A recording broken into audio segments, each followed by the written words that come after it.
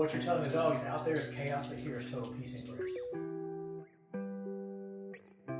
Right beside me.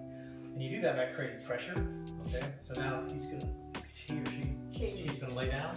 Like we're not laying down right now. So back goes away. Acknowledgement. All what you do is acknowledge it, right? Right?